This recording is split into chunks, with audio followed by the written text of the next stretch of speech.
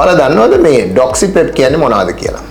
ඩොක්සිපෙප් කියලා කියන්නේ මේ ලිංගික සම්බන්ධයකට පස්සේ ගන්න පුළුවන් ඖෂධ වර්ගයක්. ඉතින් ඇයි මේක ගන්නෙ? ලිංගික සම්බන්ධයකට පස්සේ Tamanට මොනවා හරි ලිංගික උබ වෙන රෝගයක අවදානමක් තියෙනවා නම් මෙන්න මේ ඩොක්සිපෙප් කියන එක ගන්න පුළුවන්. ඉතින් මේ ඩොක්සිපෙප් ගැන අපෙන් ගොඩක් අය අහලා තිබිච්ච හින්දා අද දවසේ මම හිතාගත්තා Sex@LK YouTube channel එක හරහා මේ ඩොක්සිපෙප් ගැන කතා කරන්න ඕනේ කියලා. ඩොක්සිපෙප් එහෙම නැත්නම් මේ ඩොක්සිසයික්ලින් කියන ඖෂධය post exposure prophylaxis එහෙම නැත්නම් යම්කිසි සිද්ධියකට පස්සේ ලබා ගැනීම ගැන තමයි අද කතා කරන්නේ. ඉතින් මේ ඩොක්සිසයික්ලින් කියන ඖෂධය අපි දන්නවා හැමතිස්සෙම මේ ලිංගිකව වෙන රෝග සඳහා ප්‍රතිකාර කිරීම සඳහා පාවිච්චි කරනවා. ඉතින් මේක අපි ඇත්තටම දැන් වැළැක්වීමට ප්‍රමුඛතාවයක් දෙන හින්දා මේ වළක්වා ගැනීම සඳහා පාවිච්චි කරන්න පුළුවන් කියලා ලෝකයේ තියෙන අලුත් සමීක්ෂණ අනුව ඒ අය සොයාගෙන තියෙනවා. ඉතින් ඒකින්ද කෙනෙකුට අනාරක්ෂිත ලිංගික සම්බන්ධයක් සිද්ධ වුණා නම් පැය 72ක් ඇතුළත මෙන්න මේ ඩොක්සිපෙප් එහෙම නැත්නම් මේ ඩොක්සිසයික්ලින් කියන ඖෂධයේ ඒ අදාළ මාත්‍රාව ඉතා ඉක්මනින් ලබා ගැනීම හරහා සිෆිලිස් එහෙම නැත්නම් උපදංශය ඒ වගේම තමයි ගොනෝරියාව ඒ වගේම තමයි ක්ලැමීඩියාව කියන මේ ලිංගිකව වෙන රෝග වලින් හැදෙන්න කලින් වළක්ව ගන්න හැකියාවක් තියෙනවා. ඉතින් මේ ඩොක්සිපෙප් ගන්නකොට මම කිව්වා පැය 72ක් ඇතුළත මේ සිද්ධියෙන් පස්සේ පැය 72ක් ඇතුළත ලබා ගැනීම තමයි සුදුසු කියලා. හැබැයි ඇත්තටම පරීක්ෂණ වලින් සනාථ කරලා තියෙන දේ තමයි මුල් පැය 24 ඇතුළත මේ ඖෂධය ලබා ගන්න පුළුවන් නම් ඒක ඊටමත් අපිට සාර්ථක භාවයක් අත් කර ගන්න පුළුවන් කියන කාරණය.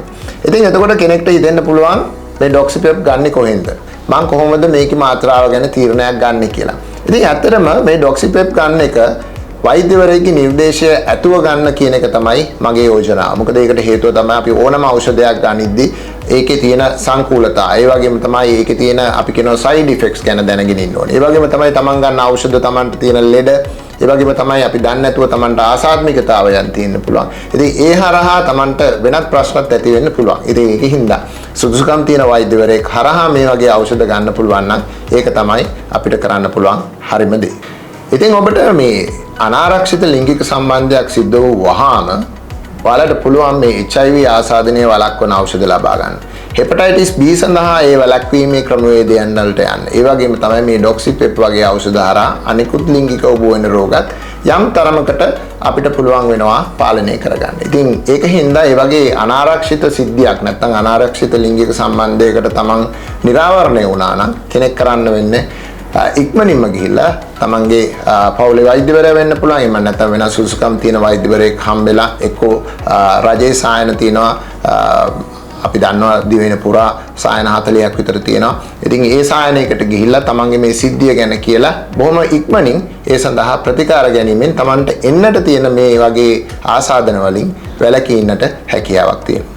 හොඳයි නේද? අද කතා කරේ ඩොක්සිපෙප් ගැන. ඇත්තටම ඩොක්සිපෙප් ලංකාවටත් ටිකක් අලුත් සංකල්පයක්.